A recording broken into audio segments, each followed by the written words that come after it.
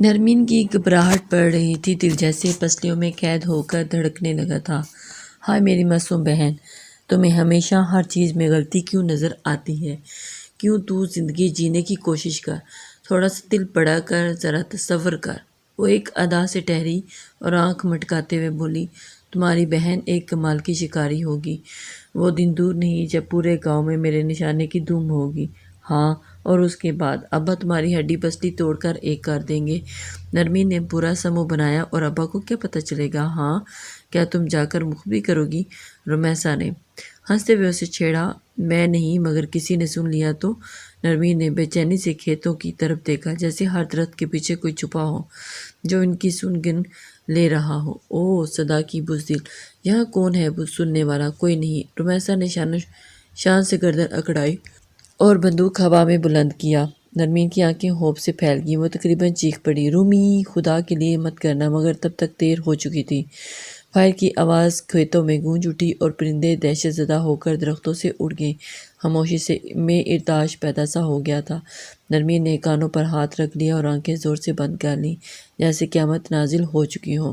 رمیسا نے فاتحانہ انداز میں بندوق چکائی اور ایک زوردار کہکہ لگا، ہاں دیکھا کیسا شاندار نشانہ تھا! بس ایک دن مجھے اصلی شکار مل جائے، پھر دیکھنا۔ نرمین نے ایک بمشکل سانس بحال کی اور کانپتے ہوئے رمیسا کو دیکھا، تمہیں ہوش بھی ہے؟ کسی نے سن لیا تو؟ ویسے بھی آگے زمین زین شاہ کی ہے، تم ہوش سے کام لو، وہ اس گاؤں کے بڑے لوگ ہیں۔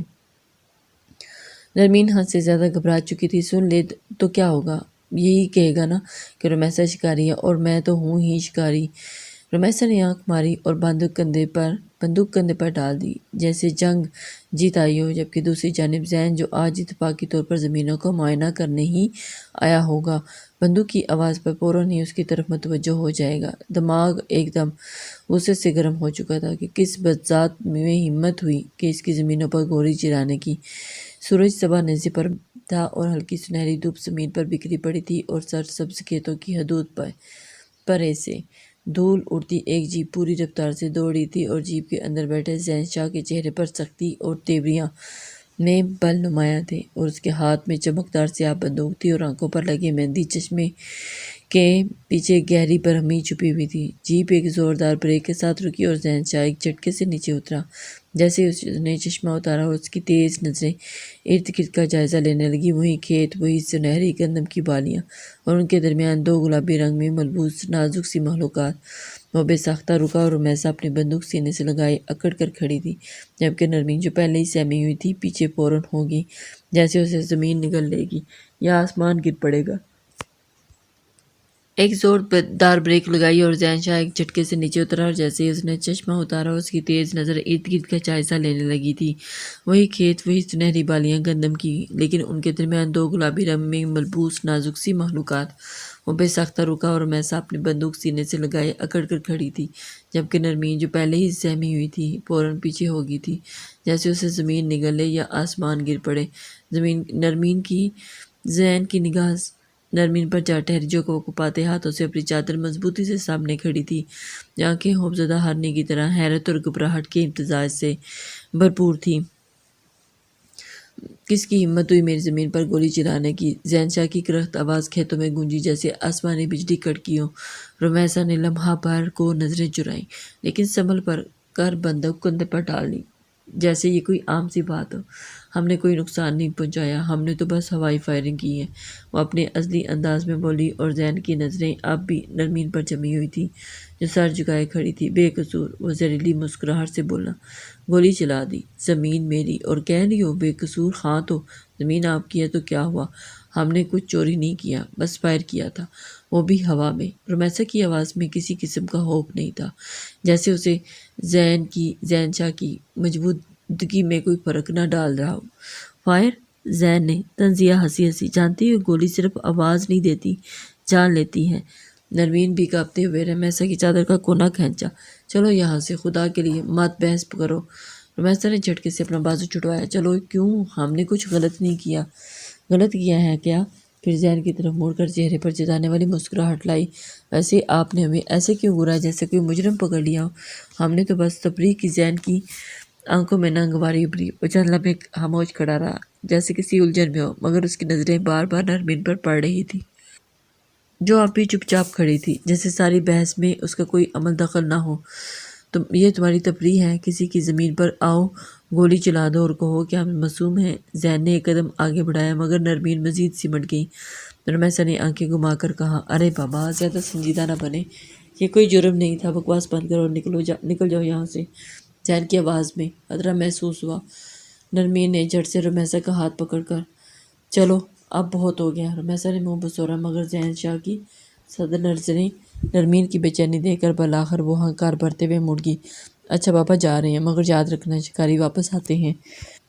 وہ اسے چھیڑنا نہیں بھولی تھی، وہ ایسی تھی اپنی زندگی میں کھل کر جینے والی، اور اس کے برعکس اس کی بڑی بہن ہمیشہ کی ڈرپوک رہی۔ زین کی نظروں نے اسے تب تک تعاقب کیا تھا جب تک وہ نظروں سے اوجھل نہ ہو گئی ہو، مگر اس کے چہرے پر ایک عجیب سی کیفیت رقم ہو چکی تھی۔ وہ اس کا تعلق صرف رمیسا کی گستاخی سے نہیں تھا، بلکہ اس سہمی ہوئی لڑکی سے تھا جس نے ایک لفظ بھی نہیں کہا، مگر اس کی خاموشی سب سے زیادہ گونجی تھی، اور اس کے باوجود دل میں پہلی بار گھر گر گئی تھی۔ 2 پل بعد ہی اس کے ملازمین اس زمین پر پہنچ چکے تھے، اور ان کے ہاتھوں میں بھی بندوق تھی۔ یقیناً وہ یہ سوچ کر آئے تھے کہ کوئی دشمن حملہ آور ہوا ہے، مگر وہاں زین کو کھڑا دیکھ کر فوراً ہی ملازم آگے بڑھا تھا۔ جب زین بولا، ان دونوں لڑکیوں میں سے بڑے قد والی کا تمام بایو ڈیٹا مجھے محض آدھے گھنٹے میں ڈیرے کی ٹیبل پر چاہیے۔ اگر دیر ہوئی تو یاد رکھنا میں زین شاہ ہوں، اگلے کی سانس چھین لیتا ہوں۔ یہ بول کر وہ ٹھہرا نہیں تھا، بلکہ اپنی جیپ میں بیٹھ کر سیدھا ڈیرے کی طرف بڑھ گیا تھا۔ پیچھے کھڑے کرمداد نے ان کی جانب دیکھ کر دونوں کو غور سے دیکھا، اور پھر سر جھکا کر فوراً ہی زین کے حکم کی تائید میں نکل گیا تھا۔ بڑی چادروں میں لپٹی وہ دونوں بہنیں جب اپنے چھوٹے سے گھر میں داخل ہوئیں تو نرمین کا دل جیسے ہی کسی انجانے خوف سے بیٹھ گیا۔ تو برآمدے میں بچھی چارپائی پر اماں بیٹھی ہوئی تھی۔ ان کا چہرہ سخت تھا اور نظریں دروازے پر جمی تھی، جیسے وہ ان دونوں کی واپسی کی منتظر ہو۔ نرمین نے ایک لمحے کو سانس روکی، جبکہ رمیسا ہمیشہ کی طرح بے فکری سے آگے بڑھی اور ہنستے ہوئے اپنی ماں کے گلے میں باہیں ڈال دیں۔ میری بیٹی، میری پیاری اماں کیا کہہ رہی تھی؟ ہمیں یاد کر رہی تھی نا؟ رمیسا نے شرارت سے کہا تھا، مگر رضوانہ بیگم نے سختی سے اس کے ہاتھ جھٹک کر رکھ دیے اور گھور کر دیکھا۔ یاد؟ ہاں، یاد کر رہی تھی کہ آخر میری دونوں بیٹیاں کہاں مر گئی تھیں۔ میں ایک تو بنا پردے کے باہر نکل گئی ہوں، اور اوپر سے اس وقت تمہیں معلوم نہیں تمہارے ابا آنے والے ہوں گے۔ ان کی اماں دونوں کو ایک دم سے ڈانٹ رہی تھی۔ نرمین کا رنگ فاق ہو گیا تھا، وہ جلدی سے چادر مضبوطی سے لپٹ کر بولی تھی، اماں غلطی ہوگی، آئندہ ایسا نہیں ہوگا۔ اس کی آواز میں خوف تھا، وہ جیسے کسی لمحے پگھل جائے گی، مگر رمیسا نے بے فکری سے ناک چڑھائی تھی۔ تو کیا ہو گیا؟ ہائے اماں، بس بھی کریں، کون سی قیامت آ گئی؟ ابھی تو ابا آئے بھی نہیں اور ہم وقت سے پہلے ہی گھر آ گئے۔ رضوانہ بیگم کی آنکھیں غصے سے پھیل گئی تھیں۔ اور یہ کیا ہے تمہارے ہاتھ میں؟ رضوانہ بیگم نے اس کے ہاتھ میں بندوق دیکھی۔ بندوق لیے پھر رہی ہو؟ لڑکیوں کو یہ زیب دیتا ہے؟ یہ کوئی کھلونا ہے؟ جانتی ہو تمہارے ابا کو پتہ چلا تو تمہاری کھال ادھیڑ کر رکھ دیں گے۔ نرمین نے خوف سے رمیسا کی طرف دیکھا تھا، جیسے اب ہونے کو آیا، مگر وہ تو ہنسی میں ہی مذاق کے موڈ میں تھی۔ ارے اماں، ابا کو کون بتائے گا؟ بے وقوف لڑکی، تمہیں کیا لگتا ہے تم جس طرح کھلے عام گولی چلا کر آئی ہو کسی نے نہیں سنا ہوگا؟ تمہیں پتہ ہے نا، گاؤں کے کسی کی بات چھپتی نہیں۔ اماں کا لہجہ سخت تھا، اور وہ اپنی بیٹی کی لاپرواہی پر بے حد خفا لگ رہی تھی۔ نرمین نے جلدی سے آگے بڑھ کر اماں کے ہاتھ تھام لیے تھے۔ اماں، میں سچ کہتی ہوں، آئندہ ایسی کوئی کوتاہی نہیں ہوگی۔ میں خود رمیسا کو سمجھاؤں گی، روکوں گی۔ رمیسا نے فوراً برا سا منہ بنایا تھا۔ ہاں ہاں ہاں، جیسے آج روکا تھا۔ اماں دیکھیں تو ذرا، یہ ہر وقت میری شکایت ہی لگاتی رہتی ہے۔ وہ بھی تنگ کرنے کے سے باز نہیں آئی تھی۔ میں شکایت نہیں لگا رہی، میں بس… نرمین نے کچھ کہنا چاہا، مگر اماں نے ہاتھ اٹھا کر اسے چپ کروا دیا تھا۔ بس کرو، اور رمیسا تم سدھر جاؤ، تمہارے ابا آنے والے ہیں۔ اقبال صاحب مسجد کے امام ہیں، کیا سوچیں گے کہ ان کی بیٹیاں… رمیسا نے اماں کی باتوں کو ہوا میں اڑاتے ہوئے ایک ادا سے کندھے اچکائے تھے۔ اور اماں، لوگ کچھ نہ کچھ تو کہتے ہی رہتے ہیں، ان کی فکر میں اپنا دل کیوں جلائیں؟ ویسے بھی اگر ابا کو پتہ نہیں چلا تو پھر مسئلہ بھی نہیں۔ اس نے شوخی سے آنکھ ماری تھی اور اچھلتی کودتی اندر کی طرف بھاگی تھی۔ ابھی تو ابا آئے بھی نہیں، ہم وقت سے پہلے ہی آ گئے، تو پھر اتنی زیادہ پریشانی کیوں؟ اماں تعصب سے سر ہلایا تھا، جبکہ نرمین نے ایک تھکی ہوئی سانس لی تھی۔ وہ جانتی تھی کہ رمیسا سے بحث کرنا بیکار تھا، کیونکہ وہ نہ تو کسی کی سنتی تھی، ہر بات اپنی باتوں کے جال سے اماں کو رام کر لیتی تھی، اور اس بار بھی ایسا ہی ہوا تھا۔ مگر کوئی نہیں جانتا تھا کہ رات تک کیا قیامت ان کے گھر میں برپا ہونے والی ہے، کس طرح اقبال صاحب کا گھر ریزہ ریزہ ہونے والا ہے، اور یہ کرنے والا کوئی اور نہیں بلکہ اس گاؤں کا سب سے طاقتور وڈیرا زین شاہ ہوگا۔ رات گہری ہو چکی تھی اور آسمان پر چمکتے تارے، جلتے بجھتے دیے معلوم ہو رہے تھے۔ برآمدے میں ہلکی ہوا چل رہی تھی جو نیم کے درخت کے پتوں سے سرگوشیاں کر سرسراہٹ پیدا کر رہی تھی، اور اقبال صاحب جو ابھی مسجد سے نماز پڑھا کر واپس آئے تھے، چارپائی پر بیٹھے ہوکے کی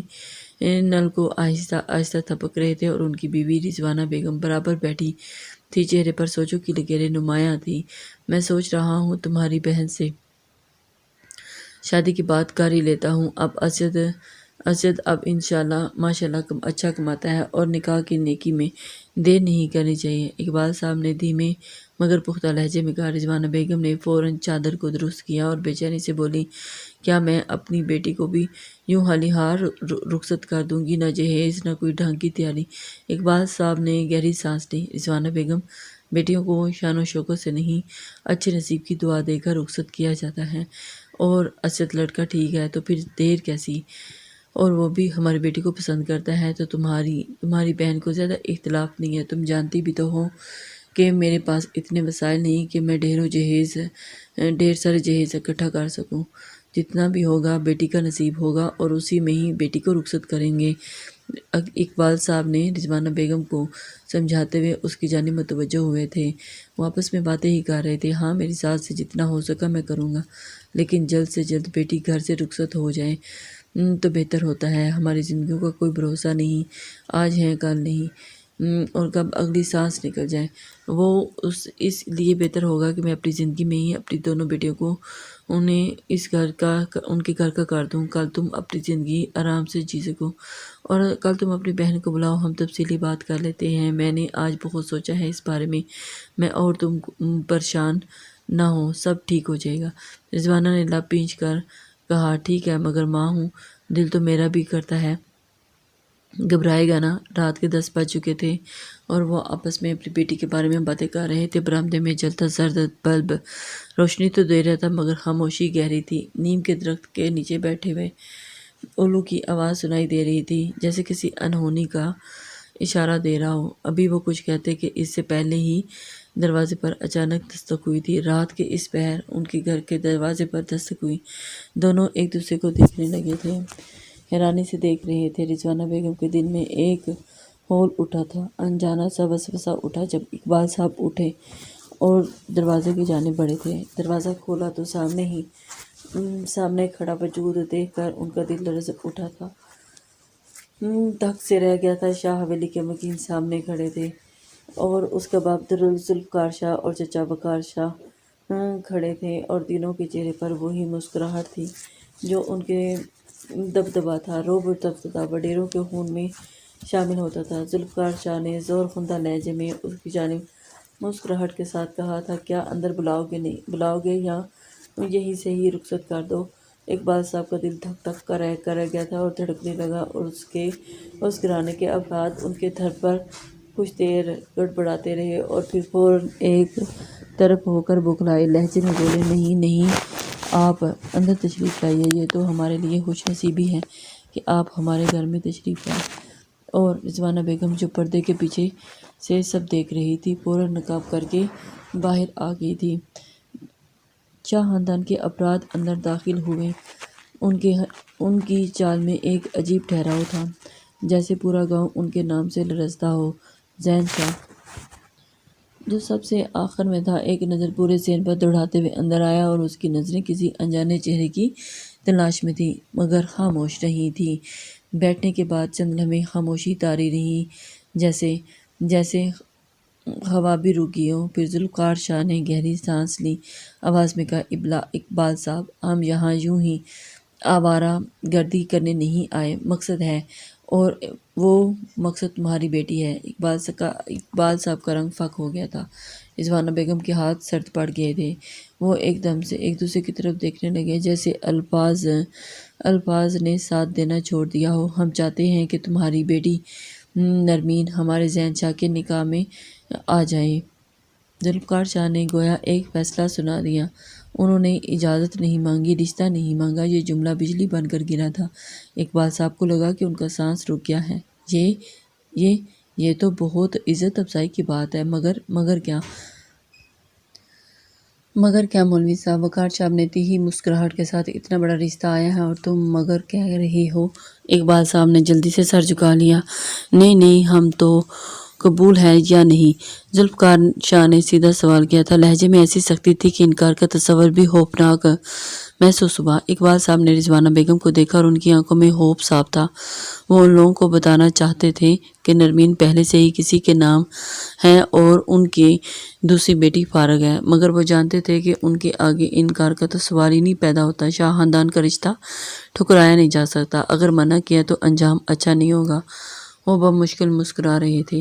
ہمیں تو فخر ہوگا کہ ہماری بیٹی شاہ خاندان کی بہو بنے، یہ ہمارے لیے باعث فخر کی بات ہوگی، سعادت کی بات ہے۔ رضوانہ بیگم نے گھبرا کر اپنے شوہر کو دیکھا تھا کہ وہ کیا بول چکے ہیں۔ ذہن شاہ کے لبوں پر ہلکی سی مسکراہٹ ابھری تھی، مگر وہ نہیں جانتے تھے کہ اب بھی ذہن میں نظریں دوڑا رہا تھا کہ شاید چہرہ کہیں دکھ جائے جو آج دن میں اس کے لیے دل و دماغ پر چھایا ہوا تھا۔ ذوالفقار شاہ نے سر ہلایا اور اچھا فیصلہ کیا۔ مولوی صاحب نکاح جلدی ہوگا، ہمیں زیادہ انتظار کی عادت نہیں۔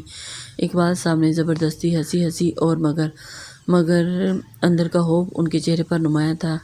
شاہ خاندان کا رشتہ قبول کر لیا تھا، مگر اس فیصلے کے لیے انہیں بہت ہمت چاہیے تھی، اور ان کے دل کی دھڑکن بھی بے ترتیب ہو رہی تھی۔ اور ذہن شاہ نے ایک آخری نگاہ پورے گھر پر ڈالی تھی۔ وہ پری پیکر چہرہ جو آج صبح اس کے دل کی دنیا ہلا کر رکھ چکی تھی، اس نے کھیت میں دیکھا تھا، وہ نظر نہیں آ رہا تھا اور اس کا موڈ آف ہو چکا تھا۔ جس پل کرمدار نے اس کی تمام اطلاع پہنچائی، اس نے اسی پل اپنے باپ کے سامنے شادی کی خواہش رکھ دی تھی، اور وہ ایک پل بھی ضائع کیے بنا وہ لوگ اتنے نچلے گھر سے رشتہ نہیں کرنا چاہتے تھے، مگر ذہن کی خواہش کے آگے پورا خاندان خاموش ہو گیا تھا، کیونکہ آنے والے وقت کا سردار تھا۔ رشتے کی حامی سن لینے کے بعد وہ اپنی جگہ سے اٹھ کھڑا ہو گیا اور اقبال صاحب کو دیکھتے ہوئے بولا تھا، زیادہ دیر کا مطلب جمعہ، میں اس جمعے کو اپنی بارات لے کر آؤں گا، اور اپنے ذہن میں اب یہ اچھی طرح سے یہ بات بٹھا لیں کہ نرمین اب صرف میری ہے اور اس کی طرف کوئی آنکھ اٹھا کر بھی نہیں دیکھ سکتا۔ اب میں کسی کی گندی نگاہ برداشت نہیں کروں گا، اور مجھے خوشی ہے کہ میں ایک امام کی بیٹی کے ساتھ اپنی شادی کر رہا ہوں۔ خیر، آپ جتنے بھی لوگوں کو اپنی بیٹی کی شادی میں شامل کرنا چاہتے ہیں کر لیں، ہمیں کوئی اعتراض نہیں ہوگا، ہماری طرف سے کوئی رکاوٹ نہیں ہوگی، بلا تاخیر کیے، لیکن ہم صرف برادری کے مرد آئیں گے، ہم میں سے کوئی بھی عورت نہیں آئے گی۔ وہ جب بولا تو ایسا لگتا تھا کہ جیسے پورا گھر سناٹے کی زد میں آ چکا ہو، اور اس کے کھڑے ہونے کی دیر تھی کہ اس کے باپ اور چچا بھی کھڑے ہو گئے تھے اور ایک آخری نگاہ اقبال صاحب کے گھر پر ڈال کر ایک چھوٹے سے گھر سے نکل چکے تھے، جبکہ رضوانہ بیگم اپنا سر تھام گئی تھی۔ اور پھر یہی حال اقبال صاحب کا تھا۔ اقبال صاحب سوچ بھی نہیں سکتے تھے کہ ان کے گھر میں جیسے ہی دروازہ بند کر کے پلٹے، ان کے کندھے جھکے ہوئے تھے، چہرہ پسینے سے تر اور آنکھوں میں آنسو خوف کی پرچھائیاں تھیں۔ وہ بمشکل قدم بڑھا رہے تھے، وہ سمجھ نہیں پا رہے تھے کہ یہ کیا ہوا۔ اندر سے ایک دھماکے کی طرح نرمین کی سیسیوں کی آواز بری تھی، اور اگلے ہی لمحے وہ بھاگتی ہوئی باہر نکلی اور اس کی سانسیں پھیلی ہوئی تھیں۔ ابا، یہ آپ نے کیا کیا؟ چہرے پر آنسو روا تھے، دوپٹہ سر سے ڈھلک چکا تھا اور آنکھیں سرخ ہو چکی تھیں۔ نرمین سوچ بھی نہیں سکتی تھی کہ اس کی زندگی ایک دم الٹ پلٹ ہو چکی۔ بابا، اس کی آواز میں لرزش تھی، آپ نے کس حیثیت سے ان کو ہاں کہہ دی؟ میں تو اسجد کی ہوں، میرا رشتہ وہاں طے ہو چکا ہے، مجھے نہیں کرنی کسی وڈیرے سے شادی۔ اور اس کی آواز میں بے بسی تھی، مگر آج پہلی بار وہ اپنے باپ کے سامنے کھڑی ہو کر سوال کر رہی تھی۔ وہ خود بھی نہیں جانتی تھی، اپنے حق کے لیے، اپنے وجود کے لیے۔ اقبال صاحب کا دل جیسے کسی نے مٹھی میں لے لیا ہو، اور یہ لڑکی اس لہجے میں اس کے خلاف وہ ضبط نہ کر سکے اور ایک زوردار تھپڑ اس کے گال پر دے مارا تھا، جڑ دیا۔ نرمین کو لگا کہ اس کے پورے وجود پر بجلی گری ہو، وہ وہیں ساکت کھڑی رہ گئی تھی اور چہرے ایک طرف مڑا اور آنکھوں میں شعلے اور آنسو زاروں کے تار بہہ رہے تھے اور اس کے چہرے کو تر کر چکے تھے۔ تم نے ہی کوئی غلطی کی ہوگی۔ اقبال صاحب کا چہرہ غصے سے سرخ ہو گیا تھا اور بغیر پردے کے باہر گئی ہوگی۔ تم نے ہی اپنی طرف اسے متوجہ کیا ہوگا، ورنہ شاہ خاندان کا آدمی ہماری دہلیز پر یہ کبھی ہو ہی نہیں سکتا۔ کیوں آتا؟ بابا، رمیسا بھی بھاگتی ہوئی آئی تھی اور اس کی آنکھوں کی بیج گرنی تھی۔ یہ آپ کیا کر رہے ہیں بابا؟ یہ کیسے ہو سکتا ہے؟ نرمین نے کچھ غلط نہیں کیا، وہ تو ہمیشہ آپ کے اصولوں پر چلی ہے۔ یہ ظلم مت کریں اس پر، اور آپ ایسا کیسے بھی کر سکتے ہیں؟ رمیسا نے اپنے باپ کی جانب اس کے لیے آواز اٹھی تھی، مگر اقبال صاحب کا غصہ تھمنے کا نام نہیں لے رہا تھا۔ چپ رہو رمیسا، تم دونوں بہنوں نے تو مجھے کہیں کا نہیں چھوڑا۔ یہی بے باکی آج ہمیں لے ڈوبی ہے۔ اگر تم لوگوں نے پردے کا لحاظ رکھا ہوتا تو آج شاہ خاندان کے لوگ ہماری دہلیز پر نہ آتے، مرد ہمارے گھر کے دروازے پر نہ آتے۔ بابا، خدا کے لیے نرمین کی بات سمجھنے کی کوشش کریں۔ آواز کانپ رہی تھی۔ میری زندگی کا فیصلہ آپ نہیں کر سکتے۔